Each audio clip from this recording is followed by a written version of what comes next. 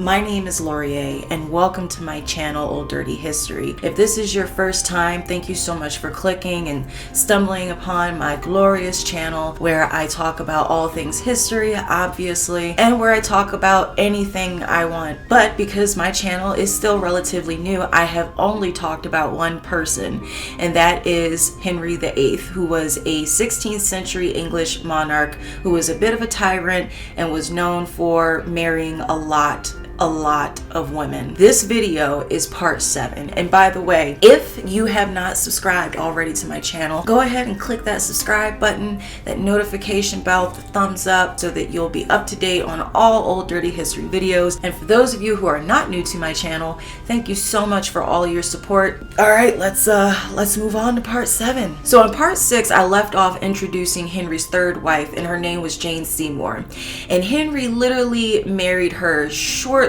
after he executed his second wife, Anne Boleyn. And when I say shortly, I mean like shortly. On May 20th, 1536, Henry had Jane moved to Hampton Court to officially become betrothed to her. And this was literally like a day after he had Anne executed. And just in case you haven't watched part 6, Anne was executed for many treasonous acts that may or may not be true. I'm putting my betting chips on not true. And some of these things included incest, sleeping with her brother, making fun of his penis size, and some other stuff. Witchcraft, I think, a laundry list of just. And then on May 30th that same year, Henry and Jane got married, and now Henry is on his third wife. Third time's a charm, at least. Well, not for Henry, but we'll get there. So by Henry's third marriage, he was no longer that young, confident, and active, vibrant, friendly young man that I described at the beginning of the series. At this point, Henry is a tyrant. He is moody as hell. He has no regard for anyone else but himself, and he is very easy to anger. And so a lot of his subjects at this point really fear him. There's actually a funny story that I've come across several times whenever I read about Henry, and I think it's kind of relevant to give context to what Henry is like at this time. So I'm gonna go off the beaten path a little bit and share this short little story that was documented that occurred in Henry's life, and it has to do with this artist, and his name is Hans Holbein the Younger. And if you're not familiar with Holbein, he was one of the biggest artists during Henry's lifetime. I mean, just so creative, so talented, and he specialized in portraiture. And probably like 90% of the images that I've used in my videos are paintings that Holbein did of people in Henry's court. And Henry recognized this guy's talents, and because of how amazing he was, he made Holbein the court painter. So Henry had a lot of respect for Holbein, and as do I, because the man's work is just like outstanding. I mean, look at this shit. Look at it. My first degree was in art and design, and I cannot paint like at all like that, not even remotely close. I could do a seashell. Here's a seashell I painted. So sometime after 1536, Holbein was painting this young woman in his studio or wherever he was, and it was commissioned by Henry, privately commissioned. And so Henry didn't want anybody to know that he was paying for this young woman to be painted. So she was probably one of Henry's many side pieces. Holbein is just painting the young woman, and by the way, we don't know who she is, and as far as how true this story is, who knows? It was recorded. I mean, you could say that about history as a whole. Who knows how true most stories from history are? Liza Minnelli, lies. Anyway, he's painting her. This guy comes in, he's a nobleman, and he's pissed off that Holbein is painting her. And he interrupts Holbein. Holbein is pissed. He's an artiste. You know, you're distracting me from something I'm doing for the king. This is my art. How dare you? He straight up knocks this man out down the steps. He goes just right down the steps. Holbein immediately realizes he up, like upon the man tumbling down the steps. He's like, oh shit, I just knocked out a nobleman, and assaulting a nobleman during this time could be punishable by death. So Holbein's like, shit, I need to fix this. I need to beg for forgiveness. He gets on his knees in front of Henry. He's telling Henry what happened. He's begging and pleading for forgiveness, and shortly thereafter, the nobleman that Holbein knocked the out comes running up behind him to tell his version of events. So Henry is listening to the nobleman, and he is just getting more and more pissed off. And then finally he just looks at him and he says, "You have not to do with Holbein, but with me. I tell you, of 7 peasants, I can make as many lords, but not one Holbein." No shade, no tea. I'm just letting you know. So here was a nobleman who was just assaulted, and he could care less. Because at the end of the day, he is just a nobleman in his eyes. And Holbein is an amazing artist who comes once in a lifetime. And maybe several lifetimes, you know? So Henry is like getting pissed off that you're bothering him with this bullshit. This guy was thinking that he was going to get justice, and in the end, he just got his king's wrath. So you never knew which way Henry was gonna go. And in a sense, in that situation, I kind of can't blame Holbein could actually create something, whereas most noblemen kind of just suckled the teat of their monarch, just suckled it just ever so gently, and pretty much just did their monarch's bidding. You know, anybody could do that, but not everybody could do that. So let's get back to Henry's break from the Catholic Church for a little bit, because this act was just so insane at this time, and it's a huge part of Henry's legacy. Outside of him marrying several women, his break from the Catholic Church was like huge. So it's still 1536, and a lot of people are still really pissed off at Henry for breaking from the Catholic Church and dissolving all these monasteries and making a lot of nuns and priests and monks homeless, and also taking all of the Catholic Church's wealth. So this civil unrest turned into protests, and then these protests eventually turned into one big full-on rebellion that would be known as the Pilgrimage of Grace. So this rebellion started in Yorkshire in October of 1536. Their main leader was this guy named Robert Aske, and Robert was born around 1500, and he was a lawyer. So definitely not in the rebellion field, if you will. Funny enough, Robert did not start the rebellion, but somehow he eventually became their leader. And Robert did something pretty remarkable. He led a 9,000 man march onto York. And during this march, he and his followers were able to oust a bunch of Henry's noble goons. Yes, noble goons. I am copywriting that shit. They're goons, yet they're noble. So he ousted the noble goons, and he was able to bring in all of the nuns and monks that were made homeless. He was able to bring them back into their homes. But unfortunately for Robert, he was eventually captured, and not in a normal captured, way like, aha, I got you, you're captured. No, this is Henry we're talking about. So Henry, Henry, he did some conniving, underhanded, sneaky shit to capture Robert. On November 13th, 1536, Robert met up with some of Henry's noble goons, and one of them was actually Anne Boleyn's uncle. He was the Duke of Norfolk.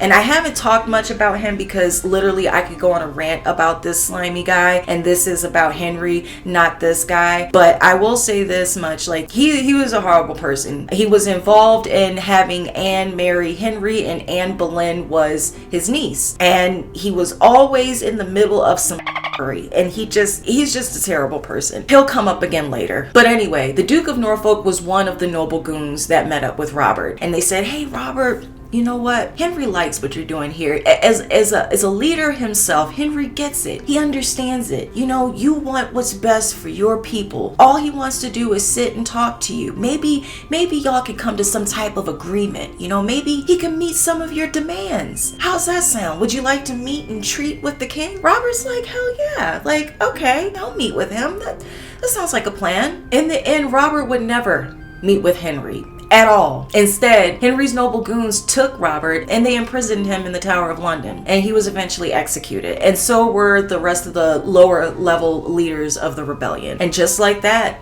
Henry was able to just squash the biggest rebellion within his entire reign. Nothing is too low for our Henry. Nothing. So while all this is going on, Henry and Jane, they're newlyweds. Jane's getting to work right away and trying to get that heir. Henry desperately wants that male heir, because at this point, Henry already has 2 legitimate daughters.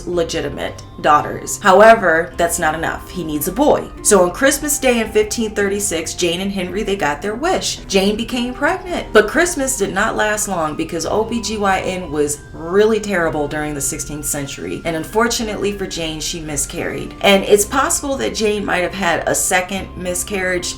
The records aren't really sure. I feel like if I was Jane, based on my predecessors, I would be terrified after having a miscarriage, especially too with Henry around. Jesus, that must have been really, really terrifying. But lucky for Jane, she became pregnant again shortly. And on October 12, 1536, Jane gives birth to a healthy baby boy that would be named Edward VI. And this baby would be the only legitimate son that Henry would leave behind upon his death. So Henry finally gets his male heir after all this time, 3 marriages. He finally gets a male heir that's legitimate. But unfortunately for Jane, after giving Henry what he wanted, Jane dies from childbirth. And then unfortunately for Henry's son, he would outlive Henry, but little Edward would die at just 15. Now Henry was supposedly distraught when Jane died. To Henry, she would go down as the best wife he ever had out of like all the wives, and he would have Holbein paint her and include her in family portraits and whatnot. It's possible that the reason why Jane would go down as the best wife in all of history is because she didn't live long enough to really piss Henry off. But now Henry needed a new wife. His advisors and his council, they were urging him like, man, you got a son. Okay, good for you. It took a while, but good for you, man. Okay, one isn't enough. All these other kings out here, they got 2, 3, 4, 5 sons. Like, you got one legitimate son, man. We need you to have another one. We need to keep this momentum going. But this time, instead of Henry picking his next wife, Thomas Cromwell, remember him? Henry's current advisor. Thomas would take on the reins for finding a new wife for Henry. And with all the shenanigans that Henry was up to when he broke from the Catholic Church and dissolved the monasteries, Henry made a lot of enemies who were Catholic. Of course, there was the Pope, and there was also the Holy Roman Emperor, who was actually his first wife, Catherine's nephew. So he already does not with Henry at all. So at this point, Henry really needs to make some Protestant allies in the event the Pope, Holy Roman Emperor, or some other Catholic nation or state decides to go after Henry. And the best way to make that ally is through marriage. And what do you know? Cromwell actually remembered this guy named Sir John Hutton, who was a Protestant from Germany, and he was the Duke of Cleves. And he had 2 unwed daughters. One's name was Amelia and one's name was Anne. But before Henry would pursue a proposal, he wanted to know what Anne and Amelia looked like, because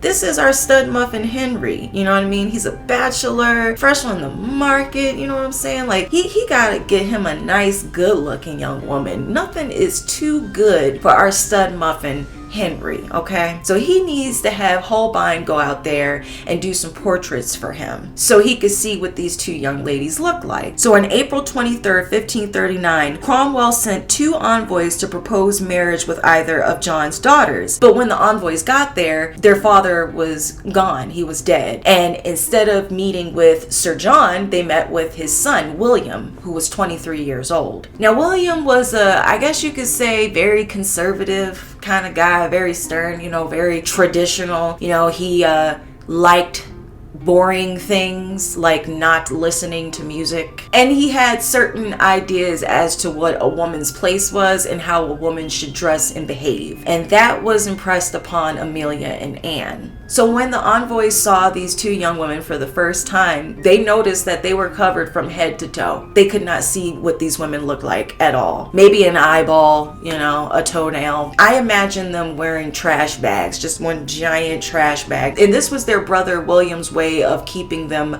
modest. So Cromwell would write back and forth with the envoys to get updates on how things were going with negotiating this marriage. Cromwell also wanted to get a bit of a description as to what the 2 girls looked like. But again, the envoys, they weren't able to see them. Now, Cromwell knew he had everything riding off of this matchmaking deal. So he was extremely involved. His envoys reported to him that everyone appeared to favor Anne over Amelia and that she was pleasing to some of the people. Now, Cromwell took this information and just ran with it to Henry. He was like, hey man, Anne is apparently the shit. She is fine as hell. All the guys like her in Germany, and you should definitely wed her. She is just gorgeous. Again, nobody knows what she looks like at this point. And their brother William William was really hesitant to proceed with this offer or to even start negotiations. So he had the envoys in Holbein wait and wait and wait for days. At this point, he wouldn't even let them paint his sisters. And there were a couple reasons as to why William was so hesitant to allow either of his sisters to marry Henry. First and foremost is Henry has a reputation at this point of being a serial husband, I guess. William is well aware at this point that he's looking for wife number 4. And he's also aware of what happened to his first wife, Catherine, and what happened to his second wife, Anne, who was executed. And his third wife died after giving birth. And he's looking at it like, I don't want either of my sisters to either die in squalor, dishonored with nothing to their name, or to be executed or to die in childbirth. You know, those aren't really great options. The other aspect of this arrangement that William is thinking about is that William is very conservative, very strict. In English court life compared to William's conservative lifestyle, two totally different situations, okay? In English court, there's dancing, there's music, they're having fun, they doing the stinky leg and all that shit, right? And then over here in Germany, in Cleves, they're just sitting there in silence, you know? To him, to William, that shit in England is way too risque, and he does not want his pure precious sisters being exposed to that type of raunchy lifestyle, okay? He wants to preserve their modesty. So these are some issues to him. The other issue is that he cannot afford to pay for a dowry. But eventually, William finally decides to allow Holbein to paint the sisters. This is the portrait that Holbein painted of Anne. The one that he painted of Amelia is not known. At least it hasn't been found. It could be destroyed. It could be in some old person's attic collecting dust. Who knows? But we do have a sense of what Amelia looked like because there is another piece that was created by a totally different artist of Amelia. But this is the main portrait here. This is the one that we still have, and this is the one of Anne. So the portrait makes its way to Henry, and the moment he sees it, he's like, yes, this is what I want. She's hot. I want this woman. Done deal. You can't afford the dowry, William? No problem. I'll pay it. Bring her ass over here to England. We're getting married. Wrap it up, Holbein. We're getting married.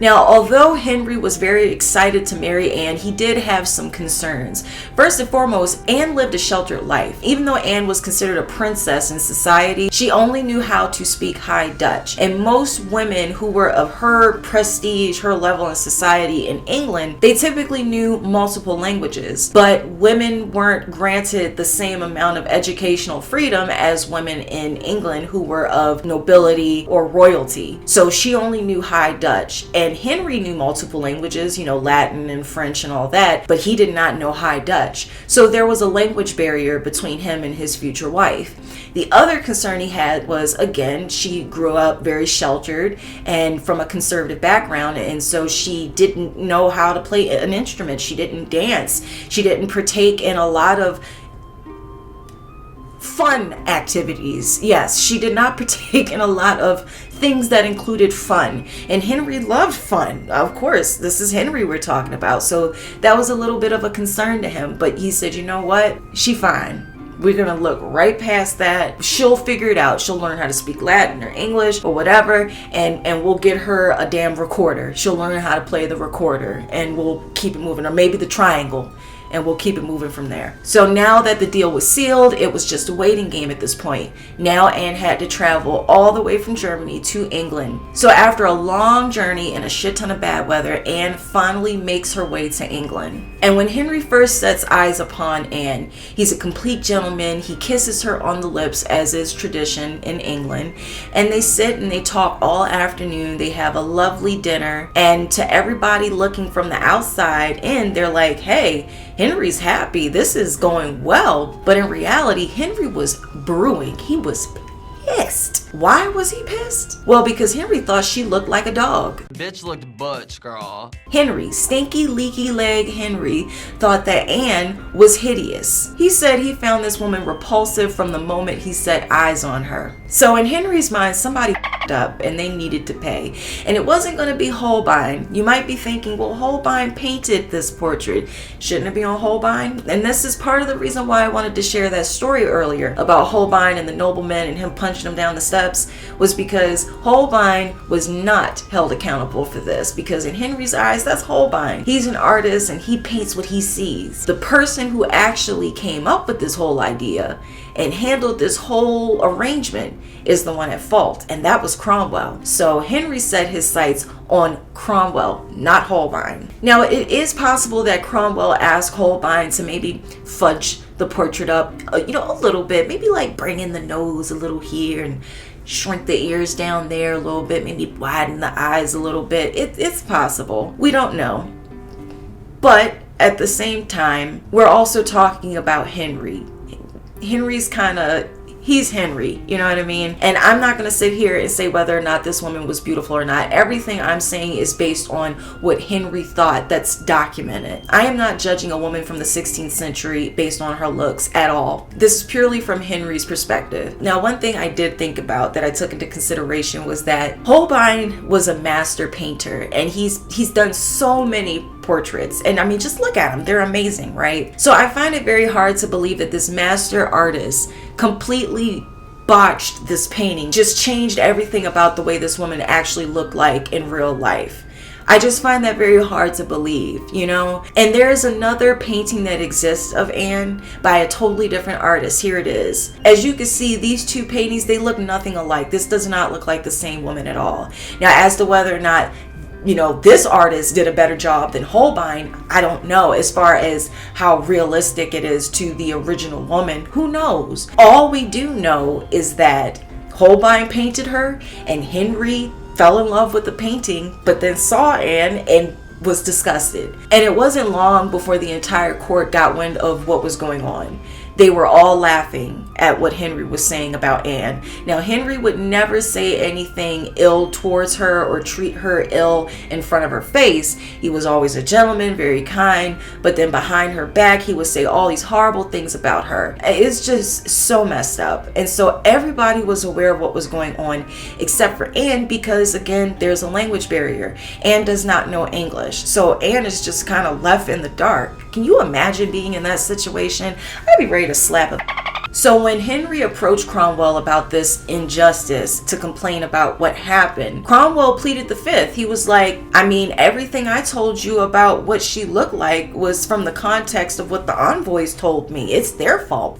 I didn't exaggerate. But Henry did not give a shit. He told Cromwell, you gotta fix it. But Henry and Cromwell, they knew that they were way too far along in the process. First of all, Anne had already spent days upon days upon days in shitty weather traveling from Germany to England to marry this fool. Second, if they backed out now, they were going to make another enemy, her brother. And that's not good, because they've already got plenty of Catholic enemies. So now you want to add a Protestant to the list? No, thank you. The other issue is that Anne would be ruined. Women were treated so differently from men, and I cannot stress this enough. If Henry backed out of this marriage, Henry wouldn't be affected. His prospects of marrying a new woman would be just fine. Anne, however, she'd be ruined. She'd be seen as tossed goods, so her ability to marry someone else would be very slim. So there was a lot of things on the line that just weren't worth the risk. So instead, Cromwell and Henry's advisors and lawyers started trying to look for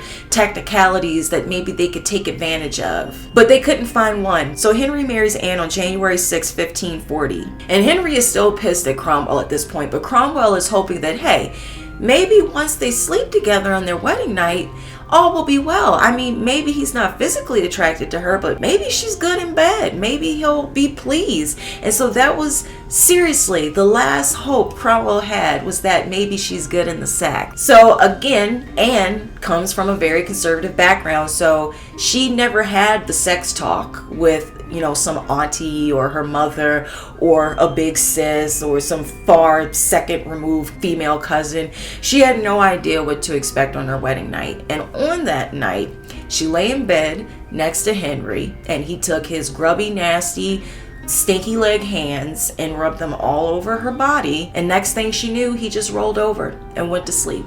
Supposedly, this is what's recorded. Why is it recorded? I don't know, but it's there. So one can only imagine this action of Henry's must have really left Anne feeling very confused, but probably thankful. I'd be thankful. Because remember, you can smell Henry at this point. His leg is leaking constantly. He stinks. So the following day, Cromwell sees Henry, which is the day after his first night as a married man to Anne. And he's like, hey man, how was it? How was your first night married to Anne? And, hey, how'd it go? And Henry says to Cromwell, and I quote, yeah, we doing a quote. Just brace yourself. Here we go. Surely, my lord, I liked her before not well, but now I like her much worse. She is nothing fair and have very evil smells about her. I took her to be no maid by reason of the looseness of her breast and other tokens, which when I felt them strake me so to the heart, that I had neither will nor courage to prove the rest. I can have none appetite for displeasing airs. I have left her as good a maid as I found her. He referred to her body as smelling of displeasing airs, says the stinky leaky leg man. It must be really nice to have a bunch of people around you that bite their tongue. He must have had so much confidence in himself. Poor Anne and poor Cromwell, because at this point he knew he was like the wedding night was his last saving grace in his eyes. So because Henry was trifling, the whole court found out at this point. They were all laughing behind Anne's back about the whole thing because Henry couldn't keep this raunchy, ignorant shit to himself. And at this point, even though Anne still couldn't really speak English, she knew something was up. She knew something was wrong. And even though she knew something was wrong, she was able to keep her dignity about her. And because of this, a lot of the people at court and the common folk, they really liked Anne. They felt like she was above it all because of the way she carried herself, despite all the up things that her new husband was saying about her to everybody. This is a really strong woman. I'm not that strong. I'd be a dead. So no sex means no new heirs, and this was a problem to Henry's advisors and counselors. So on April 17th, Henry gave Cromwell a new title, and this title was the Earl of Essex. And you're probably wondering, just like the other people around, Cromwell, why the hell is Henry gifting Cromwell a new title when Cromwell supposedly up? Well, that's because Henry is sick. Henry is mischievous and underhanded and sneaky. So he's luring Cromwell into a false sense of security by granting him this prestigious title. And he takes pleasure in doing that. Because eventually what Henry is going to do is he's going to have Cromwell arrested and executed. That's the plan, after luring him into a false sense of security. On June 10th, 1540, Cromwell went to work like any other normal day, briefcase in hand, coffee in the other. Next thing he knew, he was arrested by none other than the Duke of Norfolk, Anne Boleyn's trifling ass uncle, because he is always involved in shit. So Cromwell was arrested and he was taken to the Tower of London to be imprisoned, just like many people before him and many people that would come after him. So now that Cromwell was arrested, Henry got to work trying to get this marriage annulled. And it was around this time Henry was already starting to fall for another woman at the court. And actually, I take that back. She wasn't a woman. She was actually a girl. She was 15 years old. Yes, 15. And her name was Catherine Howard. And guess who her uncle was? The Duke of Norfolk. So Anne Boleyn was her cousin. He didn't have enough trying to use Anne to get to prestige, money, and titles by getting closer to the king. No, he wanted to do it again. And so, yet again, he's using another niece, this time young Catherine Howard, as a pawn. So Henry's trying to get out of his marriage with Anne of Cleves. At the same time, he's looking at this young 15-year-old girl who's related to the Duke. On July 6th, the Lords submitted a petition in Parliament to have the marriage investigated. And this investigation included testimonies from his doctors. One such doctor of Henry's, his name was Dr. Butts. I am not kidding. His name was really Dr. Butts. And Dr. Butts testified on behalf of Henry. And what he said is the dumbest shit I have ever heard of. I understand this is the 16th century, but even still, this is still the dumbest shit I have ever heard of. He said Henry had nocturnal emissions in his sleep while married to Anne, and therefore he could never have had sex with Anne. So she is still a maid, and the marriage was not consummated, because you can't have sex with somebody and then have a wet dream. That's not possible, apparently.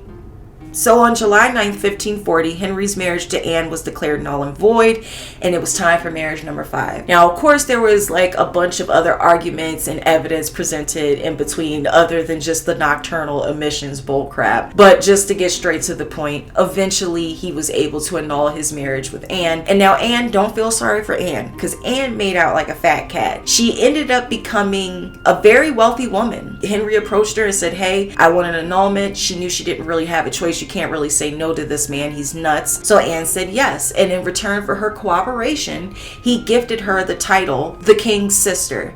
Yes, she went from wife to sister.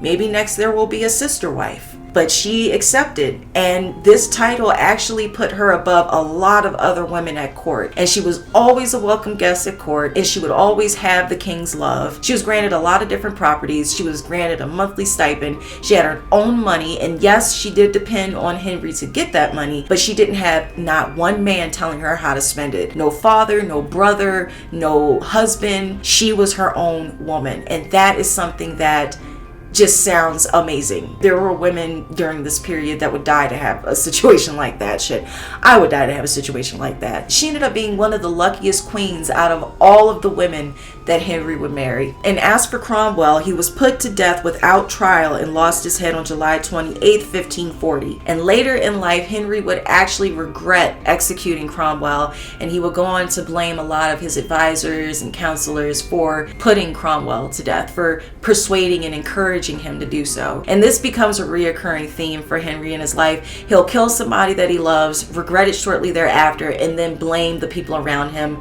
for him doing it, as if he doesn't have a mind of his own, which technically I guess he didn't. Anyway, that concludes part 7 of the Henry VIII miniseries. I really hope you enjoyed it. It feels good to be back. It's been a while. It's been a little crazy, a little busy with school and work. I live a little bit of a hectic life, but I enjoy doing this so much. I love being a creator, and I love history, and I love bringing it to you guys. And even though there aren't many of us, I appreciate all of your support. I will be back with part 8 of the mini series, and we'll be wrapping up Henry's life on that video, and then we'll be heading to a new person that I am so excited to present to you and talk about. So until next time, I will see you guys later. Take care, be safe out there. Bye bye.